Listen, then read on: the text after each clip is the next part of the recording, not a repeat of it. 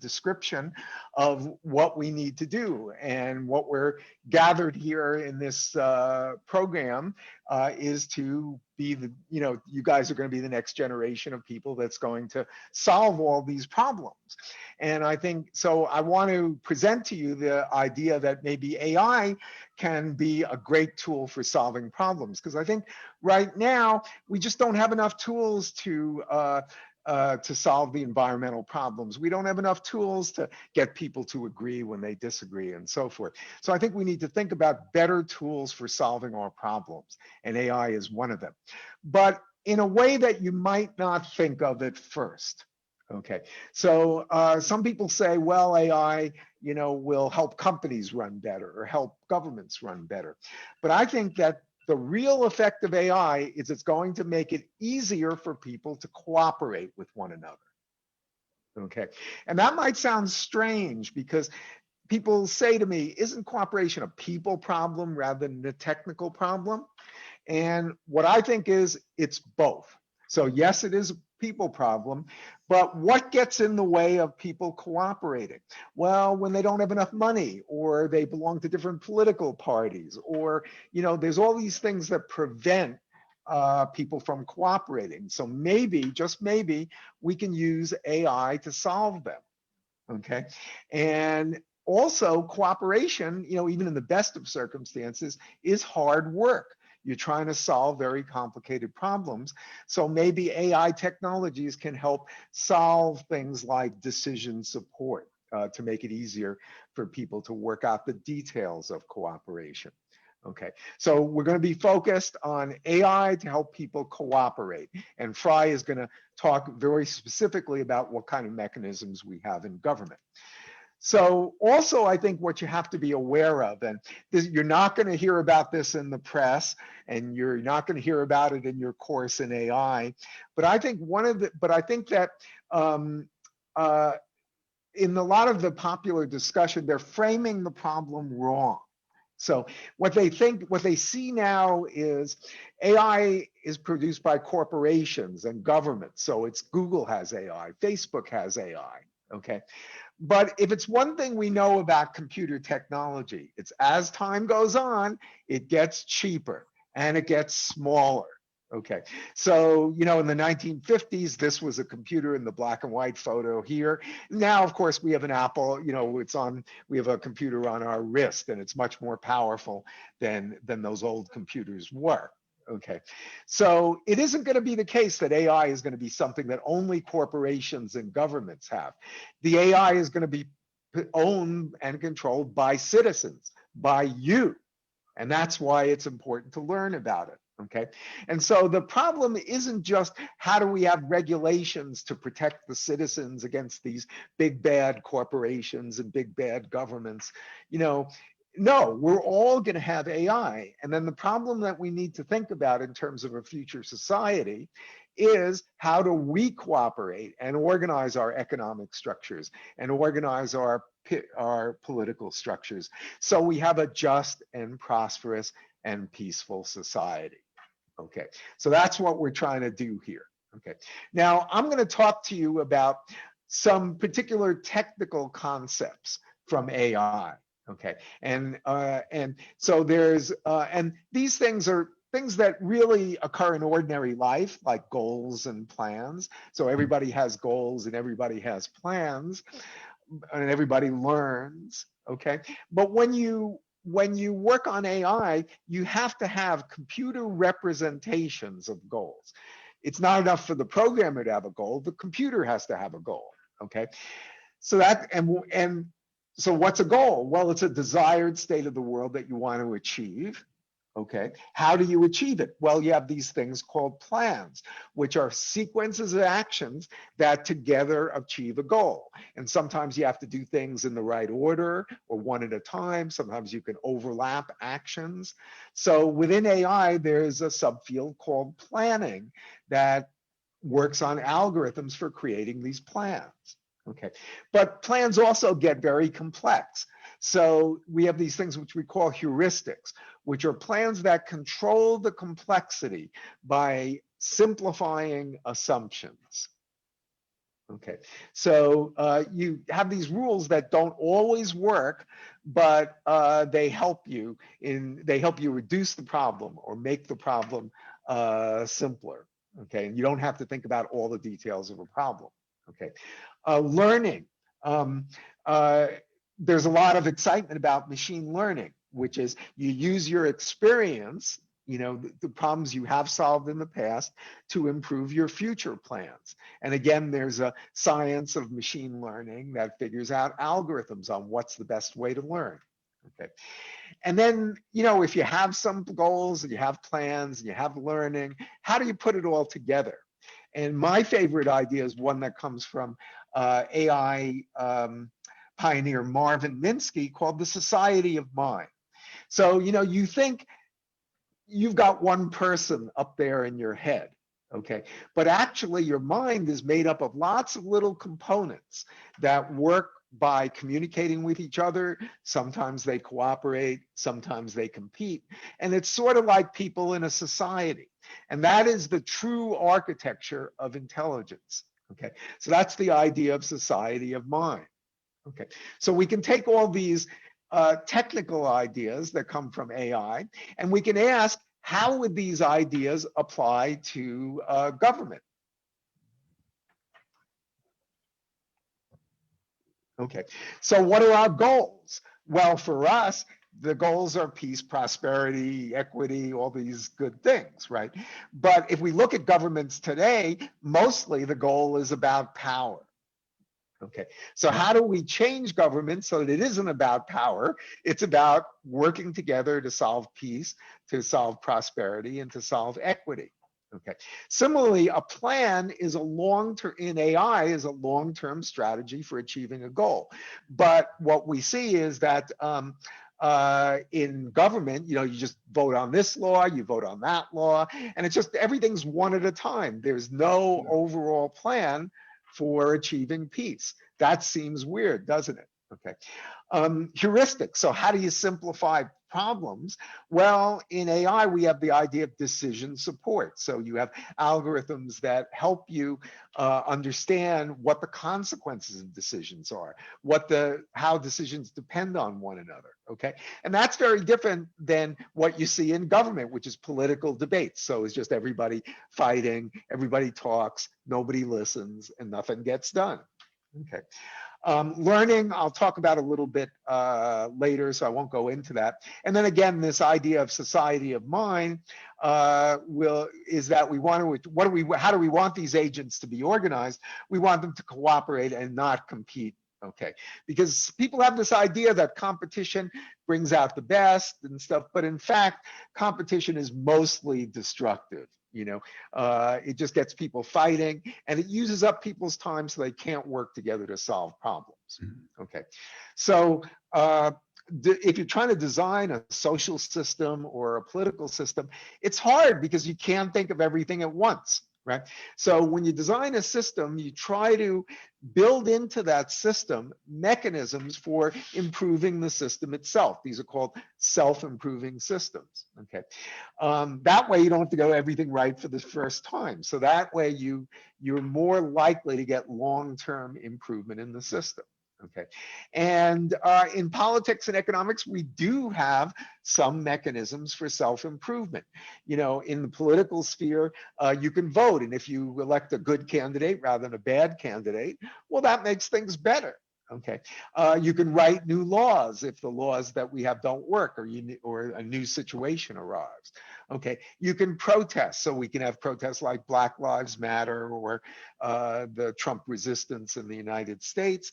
And if these protest movements succeed, which sometimes they do, then it approves things. Okay, in economics,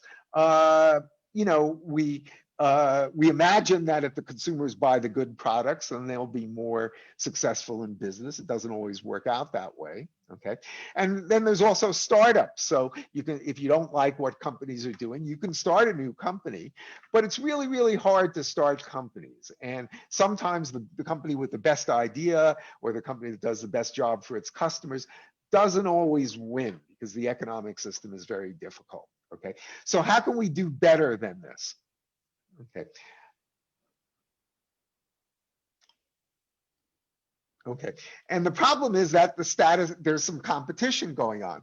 The status quo competes about the change, against the mechanisms which could lead to change. So in politics, there's money in politics. If there's bribing or lobbying, then that makes the problem solving less effective. In the US, this has gotten so bad that the representatives are only just interested in re-election, and then the political parties, make deals among themselves, and the loser, of course, is always the public, that isn't involved in all these discussions, okay? In economics, the startup ecosystem, well, we think that startups are innovative, but in fact, most startups, first of all, 90% of them fail. So that means you have 90% of the innovation workforce, their work is wasted, okay?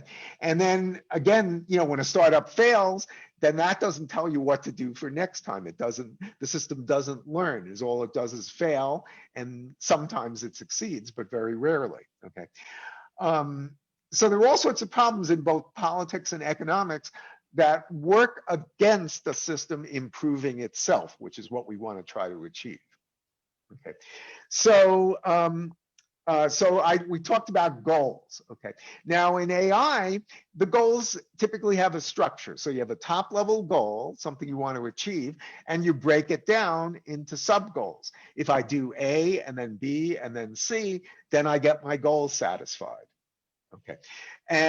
But in a bureaucracy, that, in politics and economics, those goal structures are frozen in adversarial hierarchies, okay? So, if we have the president and then we have the Secretary of State and the Secretary of Transportation and the Secretary of Health, we've broken down all the goals, but then the problem is, they compete with one another for money and for attention, okay?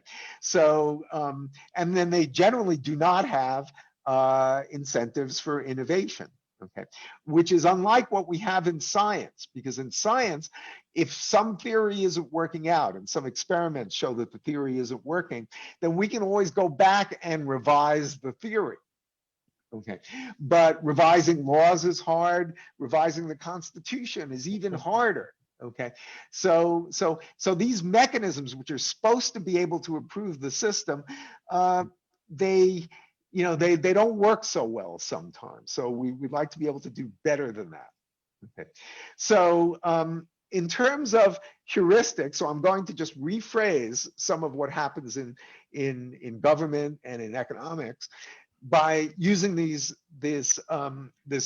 idea of AI, from AI, about heuristics.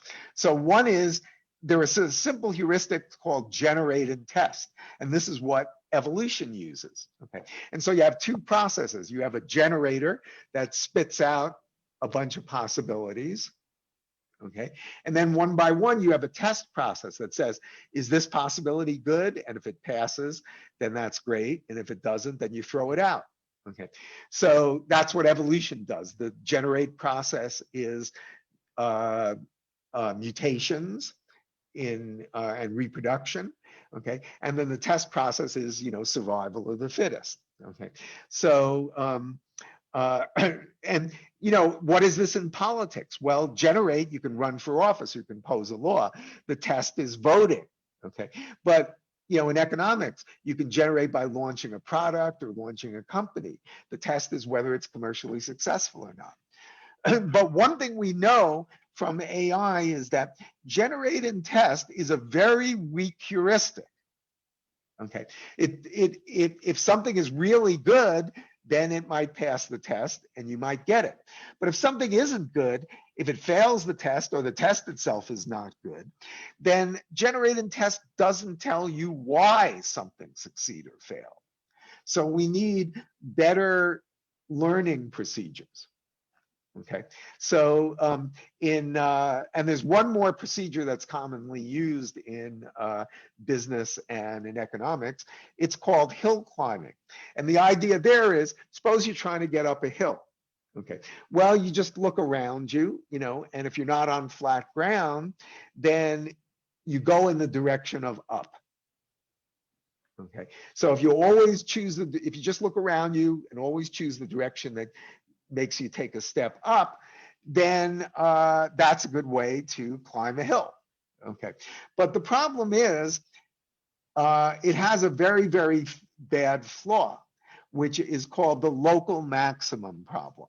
Okay, which is you can get up to the hill and you can get up to the top, like the guy in this picture here. Okay, but then he can look around him and say, gee, there's all these other mountains that were even higher, and he can never get to them because in order to go up to the higher mountains, he first has to go down, and the hill climbing has no way to go down. Okay, and that's also what's wrong with a lot of our procedures in politics and economics, because they're just like hill climbing. Every time you vote, you can get another candidate or another law, and it makes things a little bit better. But if you want to make a big change or an innovative change, then you really have to revise your goals and your plans. And that means going up the goal stack, to finding the higher goals. Okay, it's because like generate and test, it doesn't tell you why something happens. Okay, so let's look at a little bit now, look a little bit more detail to the idea of thinking about goals and what's the structure of goals. So there's the idea of a goal stack. So if you imagine you're in a car, and the kids are in the back seat and you're going somewhere, the kid might ask, why are we in the car, Daddy? To go to the airport. Why? To take an airplane. Why? To go on vacation. Why? To have fun. Okay, and the parents are going to get annoyed at the kid, right, for just asking why all the time. But they shouldn't, because what the kid is doing is learning the goal stack. And this is the goal stack here: to go to the airport, to take an airplane, to go on vacation, to have fun. Okay, maybe if the weather's bad, or maybe you can't take an airplane, so what you do is go back to the next highest goal, or in the other order. So is there, if you can't take an airplane, then maybe you take a vacation in a car. Okay, so that idea of having a goal stack and being able to replan and modify the goal stack, that we don't really have good mechanisms in government or in economics for being able to do that. Okay, then the other thing is, if you have several agents trying to solve a problem, okay, then you want their goals to be aligned, right, so that they're cooperating rather than competing. Okay, and this is a problem that we have with a lot of goals in politics and economics, because the companies and the governments are supposed to be working for us. So that means their goals and our goals should be aligned. But what we often find is the company is trying to get money out of you, and it's trying to, push advertising so somebody else could pay it. Right? And so these things don't feel like helping you, they feel like hurting you. Okay, so that's the problem that we're thinking. So regardless of how much regulation we have, the company's goals are not aligned with those of their customers. The governments are not always aligned with their citizens. And so there's this myth that you could have a fair fight if you have enough rules. And it's like on the right, I have the Marquis of Queensberry rules, which is the rules for boxing. Okay, and they say you can't hit below the belt and so forth. But the problem is there's no such thing as a fair fight, because somebody will still get hurt. Okay, so so we want to think about how to align the goals of people, of people in a government, people in an economy, and also people in machines, because that's what's going to determine whether AI is going to be a good thing or a bad thing. If the AI goals and the machine, if the people's goals and the machine goals are aligned, then we're fine. If they're not aligned, then they're going to be competing. And if you get a person competing with a machine, it's not a good situation, because the person's going to lose eventually. Okay, so that's it. So and as we go forward, if we enlist AI to help us solve environmental problems, to make everybody more prosperous, all this stuff, AI will be a fine thing. But if companies use it to trick people out of money, or if governments use it to put too much control on their citizens, then it's going to be a negative thing for society. So the basic formula that I want you to remember is AI plus competition equals disaster. Okay, so now we got two choices. So some people say, well, we're used to competition. It's normal in our society, but AI is this new thing that we don't really know. Okay, so maybe we should limit AI. Okay, but that's not. But I say that's not the right answer. The right answer is remove the need for competition, right? Because AI can actually help us. Okay, and if we just so the idea is that I think people don't realize how important it is that we achieve cooperation between people and people, cooperation between people and machines, and that's how we're going to get to a better society with AI. So I just want to give you, just to reiterate this point about goal stacks. Let's imagine, so, how can you get people to agree when they disagree? Okay, and one thing you can do is think about what their goals are and align their goal stacks. So here I have two imaginary people who I'm going to name Bo Jiden and Ronald Dump. Okay, and they agree on some things, they don't agree on other things.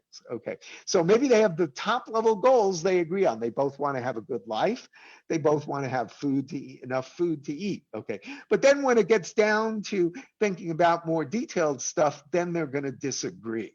Okay, so Bo might say, well, we need a good environment to grow food, and environmental regulations help the environment, so I'm going to vote for environmental regulations. But on the other hand, Ronald might say, well, food takes money, and you have to have a good job to get money, and maybe regulation is going to hurt the number of jobs. Okay, so who's right? How do you decide these things? Okay, well, you could just say, okay, whoever has the most money or power or votes wins. But I think a better thing to do is go back up the stack, back up the goal stack, until you find a place where the goals are aligned. Okay, and now, since there's something we can agree on, okay, then we can work downward to see if we can find ideas that can both satisfy our high level goals. Maybe we can think about a third position to take on maybe we could get jobs, building solar panels, or, so that you could get jobs and environment out of it. Okay. Maybe we don't need regulations. Maybe we can convince people, or maybe some economic incentives can do it. Okay, so the idea is that in government and when we're working with economics, we want to try to align people's goal stacks. And what we can do, and Brian and I are working on a system for helping with this, is to try to manage the complexity of situations like this. So we're hoping that we can give people decision support systems, because right now in Congress, in the United Nations, people just give speeches, and generally, everybody says their own position. Everybody talks, but nobody listens, right? And so what we want to do is get people to try to achieve a kind of consensus by aligning their goal stacks and having AI help do that. Okay, and some of you from psychology might know about Abraham Maslow had this, what he called the hierarchy of needs, physiological, things like food and water, and then all the way up to love and self-esteem and what he called self-actualization. So the idea of this hierarchy, I think, is very good, because since we can be assured that people's goal stack will always meet if you go up high enough. So I think that's the optimistic thing. So we should concentrate on what we can agree, and not to get too distracted on what we disagree. Okay, so that's just a very quick idea of some presentations in AI that I think will help you some ideas from AI that I think will help you think about the problems you're interested in, talking about government and economics. Fry is going to elaborate, and he'll also give you another invitation at the end. But the full story, if all this, I've had to talk very fast, but the full story is in our book called Why Can't We All Just Get Along? And if you go to whycan'twe.org, and we're going to be teaching an MIT course on it. We had a lot of great participants from the IMUN program, from the UNESCO and from the UNESCO Center for Peace. We had a lot of great participants last semester, so we hope you'll join us for this semester. It's going to be at Monday and Wednesday at 1 p.m. U.S. Eastern Standard Time, starting on the 17th of February. And if you're interested, please send me a message, and I'll add you to the list. So that's all I have to say, and I'll give it over to Fry. Thank you. Unshare your screen. Yep. Okay, am I visible here? Hopefully. Yes, you are, Christopher. Good seeing you again. Yeah, okay. So I am delighted at both the number and the diversity of people on this call. There are people from every continent here, you know, Asia, Africa, Europe, you know, China, Russia, all over the place. I'm glad to see someone there's from Tanzania. I was in Tanganyika when it was called that a long time ago, and I have very fond memories of Dar es Salaam and you know, the islands there. Now, well, first of all, Henry and I are both in Boston, United States. And when we were thinking about this talk, we were thinking, oh, let's do it on the pandemic. You know, let's do it on World Health. And oh, I'm delighted to see some people from World Health Organization on this call. These are tough international problems, and they should be the problems that we can unite around. That's what we would hope, right? So in the United States, we didn't unite around the pandemic. It was very divisive, and we had a president who denied the science of the virus. And we're very slow at getting our health organizations up to speed. We have a lot of people who are anti-vaccinations. They think that vaccinations are a bad idea. And the whole pandemic was just, people were fighting about it. You know, it was horrible. But the real problem with the pandemic here wasn't the virus, it was the government. And then, as many of you probably know, we had a very contentious election in November, and a period after the election was also very contentious. We had a president who incited a coup. We had a takeover of the United States Capitol building where the legislature is. We had a lot of lying in the election. We had a lot of accusations that the election was stolen. And for Americans, this doesn't happen to America. This happens in other countries in the world. Well, you know, I'm here to tell you that United States isn't so different from other countries in the world that have difficulties with their democracies. So I'm going to talk about how do we solve these problems with democracies. Let me share my screen here. And okay.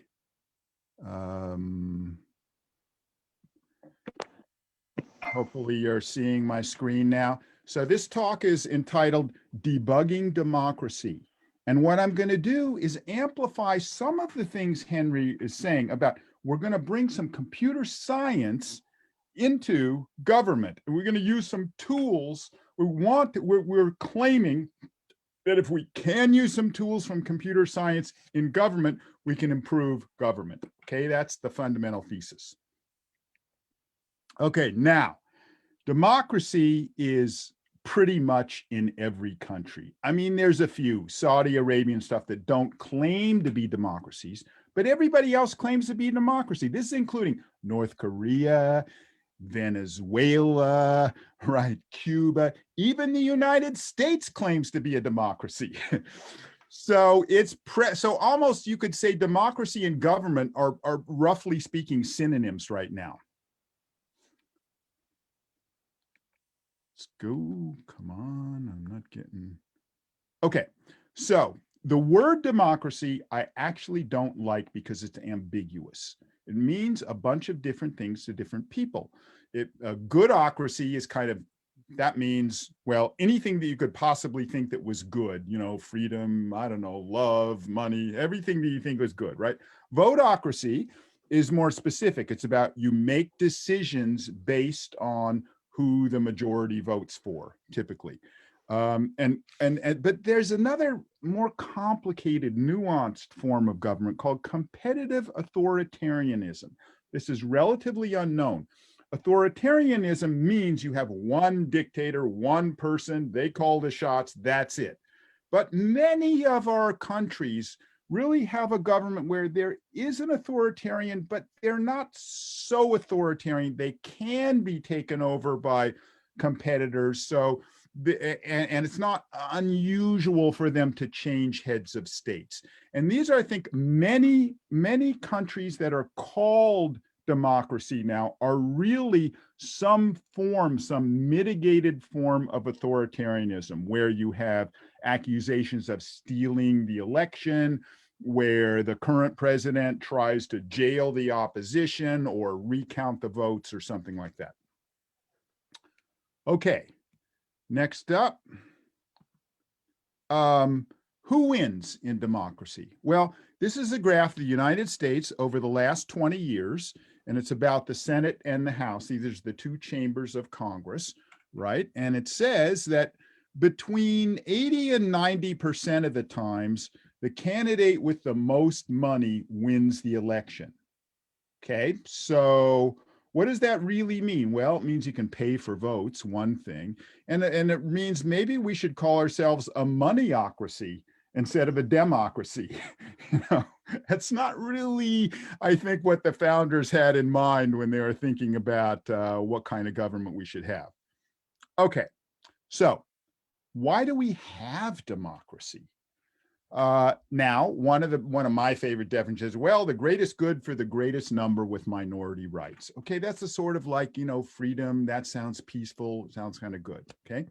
Another reason to have a democracy is to preserve the status quo. So you saw when I showed you the map, it's almost every country claims to be a democracy. So you could say that a democracy is very preserving, because after all, if it changed all the time from different forms of government and all that, then they wouldn't all be green, right? They wouldn't all call it democracy.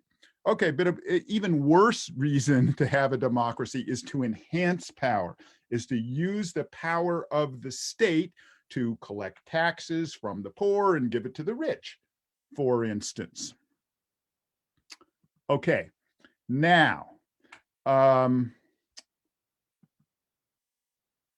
we're doing an analogy here between programming and government. So there's a lot of similarities between these two, I don't know what you call it, organizations, right? First of all, they're both processes, right? A government is a process for making decisions. Most programs are processes for doing all kinds of things, you know, robotics, artificial intelligence, like Henry, calculating numbers on a spreadsheet, all that, okay? They're both complicated, or at least can be very complicated situations that are hard for an individual to wrap their head around. They're so complicated. So it's difficult to understand what's going on in a democracy and in large programs. Now, I'm making the claim that a government is an operating system. So an operating system on a computer is a large, complicated program, too complicated for any individual to understand, typically. And what does it do? It allocates resources of the computer. It allocates memory, it allocates processor time, maybe it allocates the peripherals, you know, which program is using the keyboard now.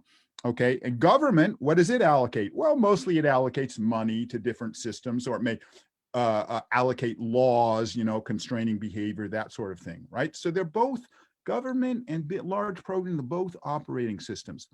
Now, a nation state and program state are actually similar. The word state in nation state, you think of a nation. Okay, well, what really is a nation? Well, it's a bunch of people. It's a land area. It's a set of laws. It's some culture. You know, it's persistent, right? I mean, it's going to be there for a while. You know, you don't get rid of everybody and you know, all of a sudden, right? You've got buildings, right? It's artifacts. In a program state, it's typically data.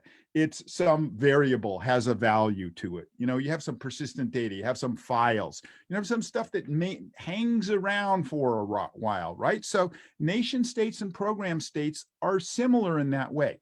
And when you have to manage these resources, in computer science, it's called memory management. You know, what does the RAM do, and the ROM, and the disk drive, and all this stuff. And when you've got to manage resources, generally you have garbage, and you need garbage collection. Okay, now on a computer, garbage collection means, well, we've got to reuse the memory that's no longer being used by anybody else because we need that memory to do more important things. In a civilization, if you don't have garbage collection, it fails, right? We could not have large cities without garbage collection, without toilets, without proper sanitation. So garbage collection is another similarity between democracies or governments in general and programs. Now, both of them have great potential benefits, right?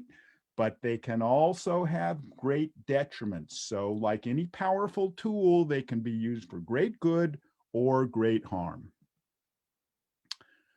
However, they are dissimilar in at least this one aspect. Software development has very sophisticated tools for debugging, and debugging is, you know, fixing a bug in your program, is when programmers spend like half their time on it. So it's really important, right? What does democracy have in debugging? Well, it's got some laws, it's got the police, but they don't work as well as the tools for software development. And in particular, it's very hard for democracy to fix itself. It has these problems. In the United States, you can amend the Constitution, but it's so difficult to amend that it's almost never done. So if there's a bug in the Constitution, it stays with us for a long time. Okay? Now, this slide is the most computer science-y of the slides. Henry and I used to work at the Media Lab at the MIT in a group that did common sense reasoning. And Henry was a pioneer in reasoning by analogy.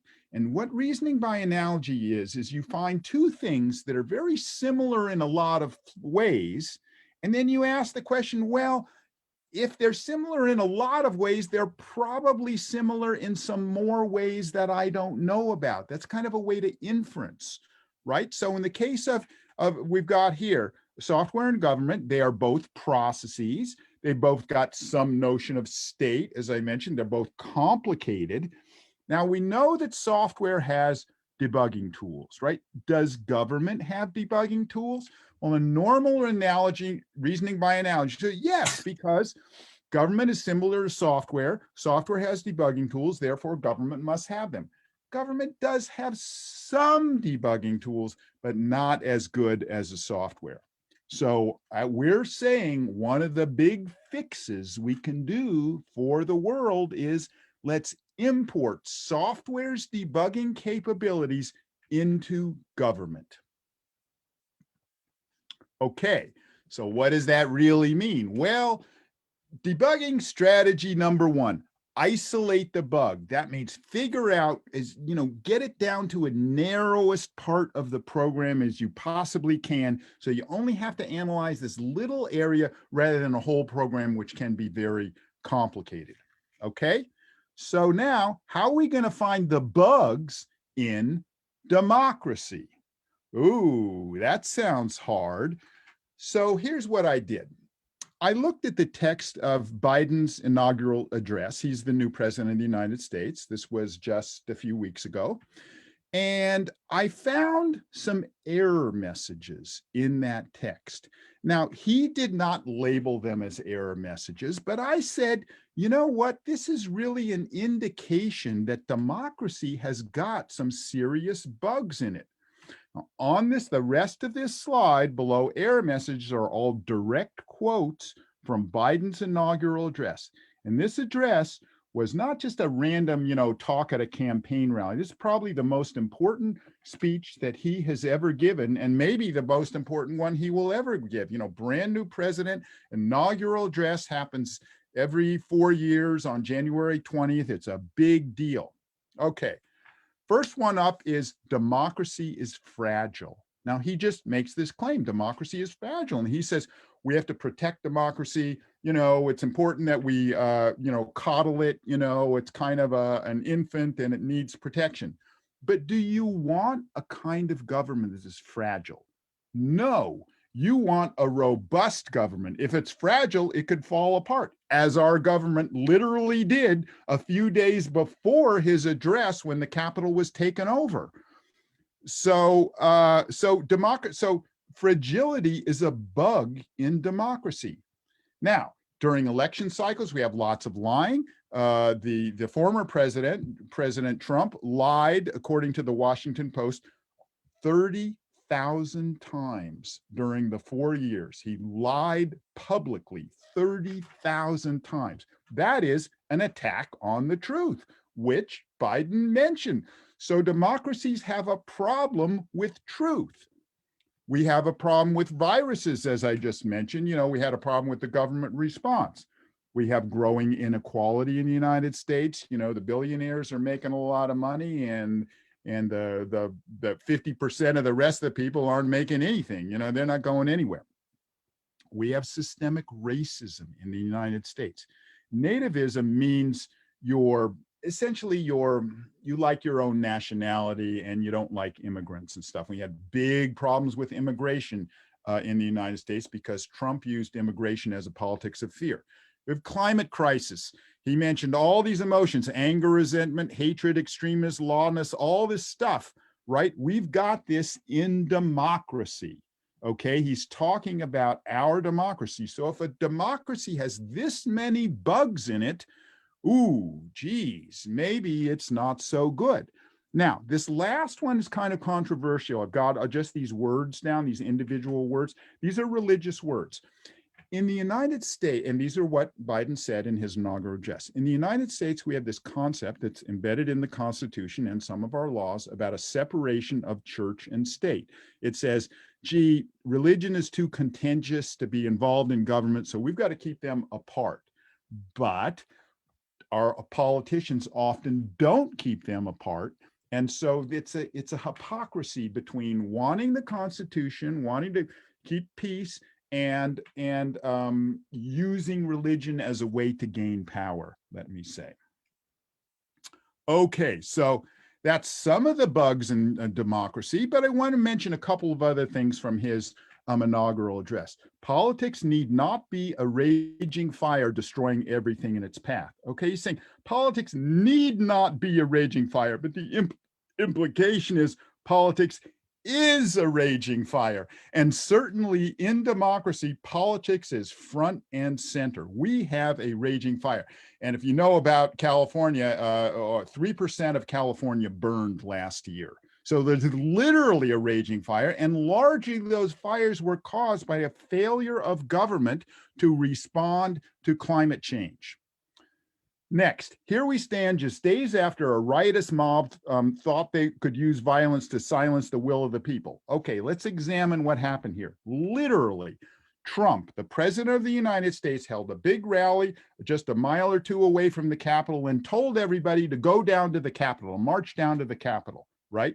And about several hundred people actually made it inside the Capitol. So the will of the people was to shut down the government. And at the moment those people came in, the Congress was literally voting on whether to accept the results of the election that Trump didn't like because he lost the election, right? So the will of those people in Congress was achieved. They went in and stopped the government for doing it. And furthermore, Trump got over 48% of the vote. Okay, so the will of the people was with Trump, was with keeping him in office, right? But democracy did not achieve the will of those people. Now it turns out that Biden got 51%, just barely more. So you could say, well, democracy by making him president got the guy who got the most votes, but actually he didn't get that many more votes. And what do we do with the rest of those 48? I want those people to have freedom. I want their will to be understood in the government. Now, the last one is the mildest one, but for the purposes of this talk, the most important. We can see each other not as adversaries, but as neighbors. So what he's really seeing is we are now seeing each other as adversaries. And that is because we have a competitive society. Democracy is competitive, and that's one of its worst bugs. So let's talk a little bit about competition. A process for making decisions by the most powerful, capturing the benefits for themselves. This is my definition of competition. The result of that, winner takes all. Now, it's usually not winner takes absolutely everything, but the richest get the lion's share is the point here. Okay. What's the opposite? Cooperation. Okay, so a process for making decisions by working together for the common good. So Henry and I like cooperation, and it's very related to peace, as I'm sure all of you understand. And our great philosopher, Bruce Springsteen, rock star in the United States here, nobody wins unless everybody wins. This is what I want to see in the world. Okay, now I'm moving on to the next debugging strategy. Debugging strategy number 2, understand your program. So over here in the upper left, I have government, right? Government is related to the economy. Which, yeah, please mute everybody. Okay, so government's up here in the upper left, but government is affected by the economy. It's affected by health, education, justice. In fact, all of these things affect each other. They all both cause problems in the other and are caused on the opposite side of the causation equation as well. So they're connected in all these complicated arrays. Now, in a program that's really hard to understand, some guy sits down and looks at the program and says, "Oh, I can't understand. This is spaghetti code." Right? This is a technical term in computer science, spaghetti code.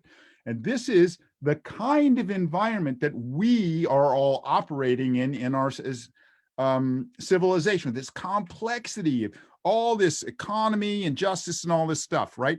Tough problem to understand. So very difficult, but let's get into one more debugging strategy here. If you have just one bug in your program, it's at least contained, you know where it is, and it's a lot easier. But if you have 2 bugs, it's a lot harder because you're seeing things caused by multiple effects. Now, if you have lots of bugs, it's really hard. And I showed you in my analysis of Biden's speech, he listed, a dozen bugs in democracy. So sometimes a program has so many bugs in it, it's easier to rewrite the whole thing from scratch than to go around and fix each individual one. Okay, start over again. Incremental bug fixing is either not going to work or just going to take too long, too much effort. Okay, now I like to call this rewrite full source code garbage collection. Okay, now garbage collection in memory in a computer is normally collecting the memory of the code. In a civilization, it's literally picking up the trash on the street, right? But if you're collecting all the garbage of a program, you basically start over again. It's not that you can't use pieces here and there that are useful, but mostly you're starting over again. So what would it look like if we started over again on government, if we started to redesign government? Okay, so first of all, let's think of, imagine we could come up with a design. Well, what would we do with that design? Well, you don't want to throw out the old system before the new one is working or better, right? And this is normal in software. You know, if you got a product, you're still selling that old product even when you're coming up with a brand new version, okay? You need to design the thing and get it implemented before you deploy it. It's just normal. It's just common sense here. All right. So let's take a look at the design. What do we want from our new government? What's the specification? When you write a program, you have to have a specification. What would be the specification for a new government? Okay. We want to, first of all, get rid of competition and replace it with cooperation. Query replace is an editing operation that helps you do, change all the words in a program to something else. Here I'm changing competition with cooperation in government. And I also want to change power with reason, right? The United States and most countries in the world use power as their fundamental decision-making process. The group that has the most power makes the decision. It's not about reason. They get what they want.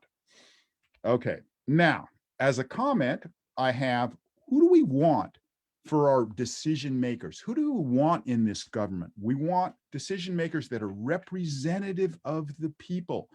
In democracies, normally you do not have representatives, because if you have an elected official, how did they get elected? Because they had a lot of money. Remember earlier in the slide, right?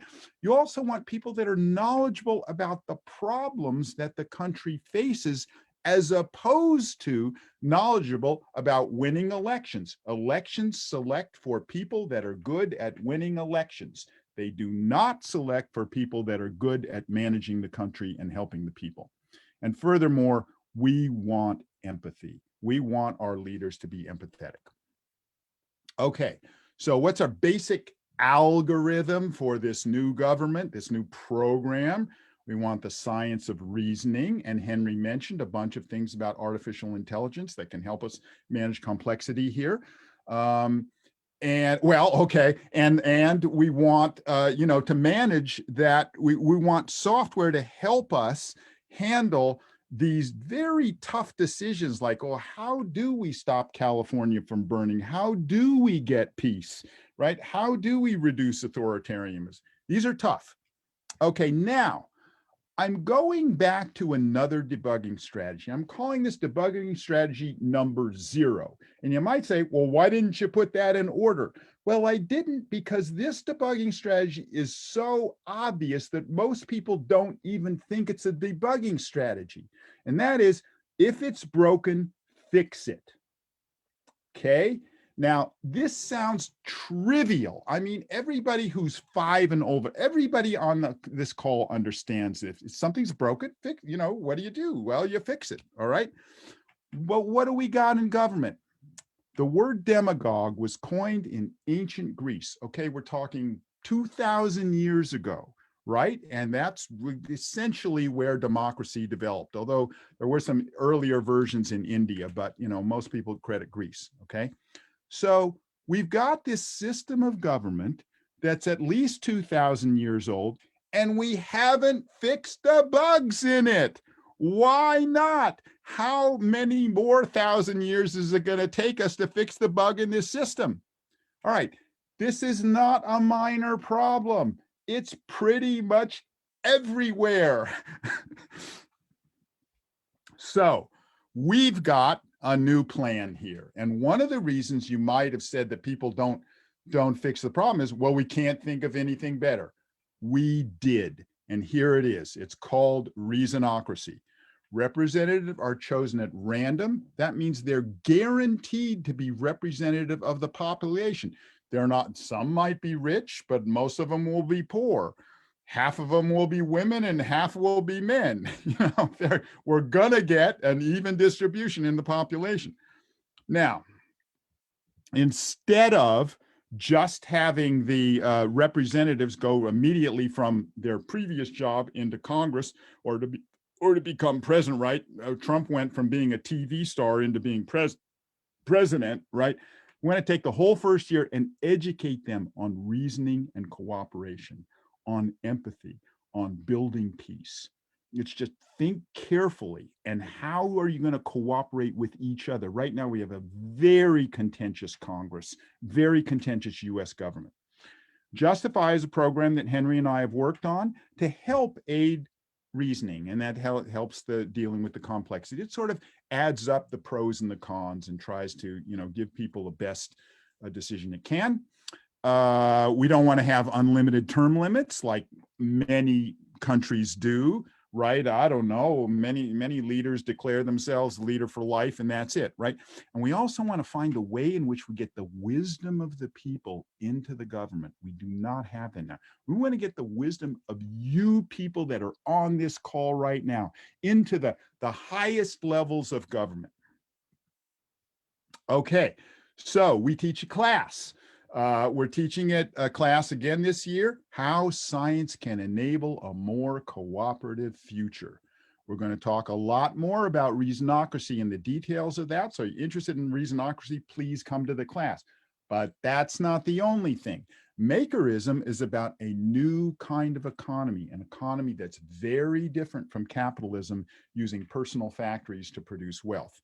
We're going to talk about a new justice system that is not an adversarial one, but a cooperative one. Constructionism is another new kind of education, an education that accentuates play and lets people self-direct and it's not so competitive. We'll mention personal health care. It's very relevant in times of the pandemic. Some things about transportation systems and other solutions as well. It's a very broad class. We tackle the biggest problems we can think of. So here are the requirements for you guys taking the class. You have to have a passion for peace. And you also have to think outside the box of the status quo. That's it. You don't have to have money. You don't have to have college degrees. Your English doesn't have to be very good, but you got to have a passion for peace and to be creative about thinking. First class is February 17th. You can see, please send Henry a email to let him know, and he has to do something on the. Yeah, that's lieber@media.mit.edu. Oh, gee. Oh, bug in the slide. Okay. Yeah, that won't work, right? Sorry. Okay, well, gee, I don't know. Maybe I better turn it back over to you, Henry. I wanted to correct that. Lieber, Lieber, at media, media.mit.edu. That's it. Thank you. Thank you so much. It's always a pleasure for me to have the two of you challenging, because as you may know, this is mind-blowing. For this, anytime I hear you, I think about the myth of the cavern, right? All this illusion where people have been taken for granted as the truth, and suddenly someone will come and tell you, what do you think was the truth? It was actually an illusion, and imagine the challenge for someone even to grasp that. So I'm very, very thankful, and we are also going to coordinate with UNESCO Center for Peace, with other partners from across the globe, to make sure that we have even bigger delegation this time. I've been receiving some interest, and I will coordinate with Rodrigo, who will be the point person between the center and you to make sure that all those who are interested participate. But the other thing that I really wanted that we already have about close to 20 peace land villages. And I think it will be very, very important to have them participate in this session, because again, it's the essence, go at the heart of what these peace land villages are all about. It's not a dictatorship, it's a reasonocracy and all these. And so I'll be working with the peace land team to coordinate, because I think this is a class that would be great for them to have.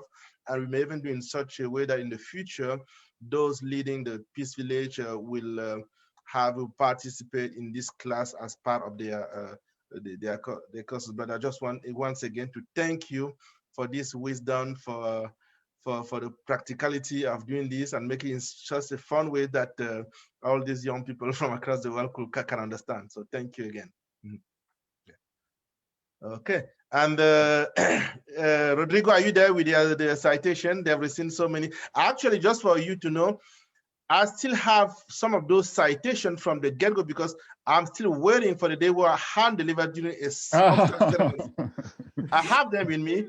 I don't think it's fair for me to just send them in the mail. We're going to have a ceremony whereby I will hand presented them to you, and hopefully it's going to happen sometime soon. Okay, so yes, well, thank you. It's by design. We look forward to meeting you. Yeah. Okay, thank you so much. So here as the latest, just again, token of appreciation from UNESCO Center for Peace for this work that we are doing for us, enlightening these young people from across the globe. Thank you again. Thank you. Do you have time for questions, Rodrigo? Well, we are really out of time, Guy. Right now, we are starting the last section of Muldren. Okay. We're like almost 20 minutes behind. Okay, so what we're going to do is that for all the delegates, you can have the chairs that have delegates here. If they have any question, they can send it. We can make a mechanism by which we could get Christopher and Lieberman to respond. And if needs be, we can even have a session just on this issue, because I think it's this go at the heart of world peace and making the world a better place. So thank you again.